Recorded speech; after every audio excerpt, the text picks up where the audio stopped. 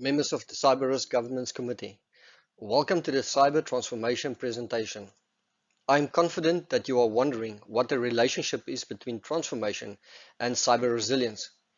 You have heard about Kubernetes and multi-cloud technologies, all technical jargon for tools that have accelerated the rate through which enterprises can create new products and services.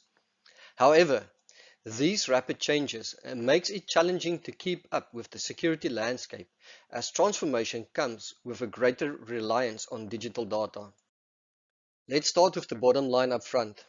Allied and in parallel with our current cyber strategy approved by the board in July 21, this presentation is to allow you as the governance committee a snapshot in time to the execution of the strategy in order to get approval for the program budget by the ExCo due to the size and complexity of this program.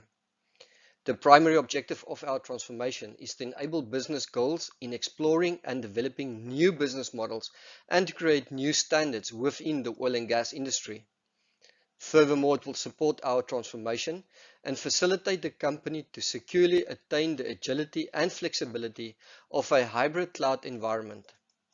In return, it will permit us to accelerate our growth to new countries within SADC and pivot our current cyber hub from a cost center to a differentiator, aka a profit center. With diverse stakeholder expectations and complex investment decisions faced by you as the steering committee, we embedded value at stake to quantify the proposed investment's impact. For this, we used an external consulting firm with a robust network in digital connectivity to conduct this assessment on our behalf. Key findings from this analysis showed that our transformation is projected to generate a net present value of 8 million over the next 5 years, equivalent to 3% of the industry. As you have received a complete brief package beforehand, I will only focus on a high-level synopsis for time efficiency. Our business model to transformation went through several iterations, optimized towards long-term profits. This framework empowers us to understand and test assumptions in the market, focusing on how the pieces of our business blocks fit together. We segmented the lean canvas into 3 headings to better understand the business model: feasibility, desirability, and viability. Translated in layman's terms, meaning yes, we can do it, people want it, and no, we won't go broke while doing it. Viewing our value proposition, you will notice our enabling business-to-business value elements cover a diverse spectrum, indicating a reduction in cargo delays of 48%, an increase of supply chain information of 50%, and increased client satisfaction of 26%. Application security and customer experience, as one of our more technical and complex pillars, coerced us to a critical question: how can we implement an agile transformation project with speed and efficiency? The most apparent path is through an ecosystem of key partners. Segmenting our partner ecosystem to enable us critical project milestones such as a shorter time to market, a higher project-to-project efficiency, expanded delivery channels, and a smooth process from planning to maintaining the pillars of our transformation. As we have initiated our resilience strategy from the 1st of July, our phase 1 planning is on track without scope creep. However, our data assets are increasing daily, making it difficult to pinpoint where risk may exist. To effectively mitigate this during the implementation phases, we have employed a continuous scan of our attack surfaces and executed robust testing capabilities during all phases. More stringent testing capabilities will be implemented as we progress into our phases and our program maturity increase. One of the critical testing capabilities is pen testing. During phase 2, we will utilize HotCube as an external organization using OSSTM testing methodologies. This updated penetration testing standard will provide us with a viable option to secure and fix any cybersecurity vulnerabilities. A natural migration from pen testing to a red team exercise during phase 3 will evolve. The red teaming will be a full scope, multi-layered attack simulation to measure how well our people, network, and security controls can withstand an attack from a real-life adversary using various techniques and social engineering tactics. Our transformation must remain agile by persistent cognizance of critical project risk in a dynamic threat landscape. One of our business aims is to target our maturity uplift in quickly reducing our cyber risks to within appetite. How will we achieve this?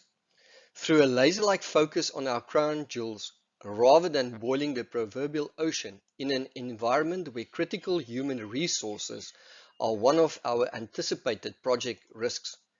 Furthermore, with Spartan-type cyber attacks increasing in frequency and severity, it is clear that we require two playbooks, one for common cyber threats and one for a black swan attack that could potentially not only cripple our operations, but also spread through our industries we operate in. Our team can identify better practices and embed lessons learned in an evolving second playbook. Focus on heading off a potential fusion meltdown through frequent cross-industry cyber attack post-mortems. With data growing in value and volume, we need to tap into its importance to compete in a rapidly changing marketplace. However, digital transformation will also expose our data to more significant security risks, and threat actors are always keen to exploit the value through theft, fraud, and ransomware. With a rise in cyber incidents globally, we have implemented in-flight defenses during our phase transformation. From staying abreast of possible leaked PPI on the dark web, testing for persistent footprints, up to a robust driven cyber awareness media campaign within the company, you as the governance committee can be assured that our most valued assets are hunkered behind efficient and cost-effective defenses during the rollout of the different projects. Let us distinguish fact from hypothesis. Looking at our lean business case in retrospect, we project a net present value investment gain of 2.9 million projected over 5 years. This equals a total ROI of 41%, annualized at 7%. Though we have a cash outflow of 7 million in the first year, we will generate a cash inflow of 1.8 million in the second year, with sustained financial growth above 2 million every year, reaching a projected 9.9 million in the fifth year through our transformation program. To ensure that strategical goals, such as our market share and the sharpening of our competitive advantage, are not undermined through misguided program investment, we also have included intangible benefits to the lean business case. This is because 25% of the value of enterprises in the current business environment are now based on intangible assets such as brand image and market share. Cyber transformation brings many security challenges, yet we live in an era of transient digital disruption to cater to dynamic markets. It is also evident from the latest threat intelligence that no industry, no matter the size, is immune to security challenges or incidents. Therefore, a balanced investment is critical. We envision the 5 critical pillars of data, cloud, application, infrastructure, and innovation for establishing and enhancing our capabilities for our transformation framework, built on a solid foundation of cyber business intelligence and driven by a strategic change management process. As the basis of our transformation, we must treat our sensitive data as an invaluable asset. Therefore, our crown jewels must be protected to establish and maintain data quality, availability, and integrity. Critical data privacy controls to support our hybrid cloud operations are data loss prevention and the utilization of a cloud access security broker. This will enable us to integrate and expand our core functions with a prospective client base that operates in innovative and multi-channel environments. Any security system layer is only as strong as its weakest component, and very often it is the human operator's behavior that represents the feeblest part. Therefore, security culture is more than just security awareness. And we define it as the merger of individuals' attitudes, behaviors, and cognition that are shaped by the goals and leadership of the organization. To effectively manage and embed our change management program, we must observe and understand our organization's security culture as it is now, to adjust and best align with our company culture. As a company, we will be adopting many new processes and workflows in general, the way we are doing things, which will entail change. To ensure a successful and cost-efficient transformation program implementation, we propose facilitation by one of the leading change management consultancies. Our champion in-house change manager, Lynn Coughlin, will be the driving force. Her superb result-focused collaboration and relationship building skills enable her to efficiently and deftly shift context while reconciling paradoxes at the employee and client levels. I want to focus your attention on one of our critical areas. How will we prepare all of our stakeholders to embrace the change? We will be utilizing WhatFix as an interactive digital platform to fill gaps in our digital change management by offering onboarding support and ongoing training in the new changes. The change management tool will walk users through each process via personalized and step-by-step contextual training to learn while smart working or at the office.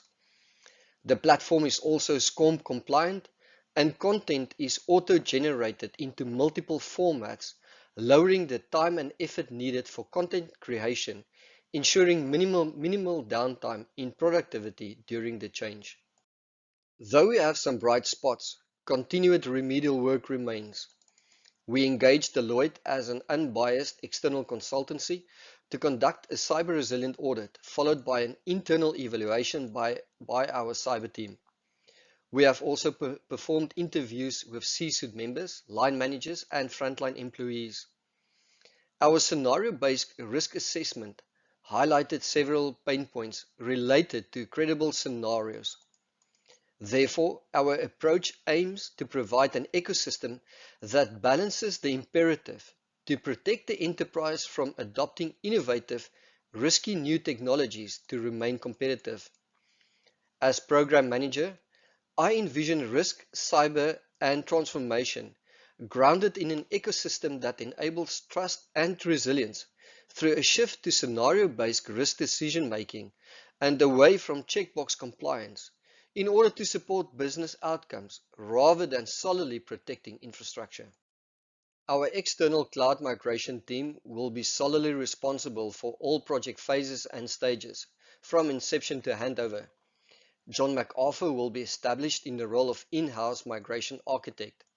His core responsibility will include defining the necessary refactoring required to ensure that the migration is successful and determining migration priorities and production switchover mechanisms.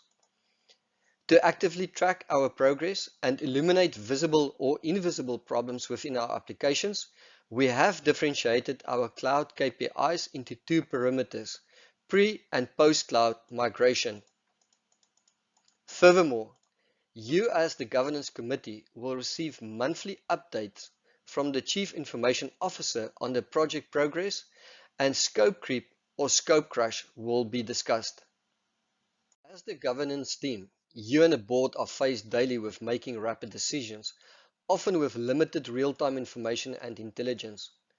We envision a fusion center incorporating cyber, risk, and physical security intelligence to enable you to make timely and decisive calls and pivot our current SOC from a cost center to a profit center as part of our transformation program. Under the remit of a Chief Intelligence Officer or CINO, he or she will be able to objectively assess essential intelligence requirements based on the strategic vision of the board and executives. Secondly, with business intelligence unified under a CINO, the company will benefit from having a single authoritative source in time-critical situations. As we have initiated and completed the business case for the Fusion Center, I'm requesting permission to move into the project definition phase to specify planned deliverables with clear stages, tasks, and activities which will be presented to you during our next monthly meeting. One of the world's most brilliant military strategists once quoted, "All men can see these tactics whereby I conquer, but what none can see is the strategy out of which victory is evolved." In conclusion, I want to reiterate the overall objectives for this presentation. To allow you as the Governance Committee a snapshot in time in the execution of the Cyber Resilience Strategy, and to move from the accomplished business case of the Business Intelligence Fusion Center into the project definition phase in order to define planned deliverables with clear stages, tasks, and activities. I want to thank you for your time and would welcome questions now related to our transformation that you might have.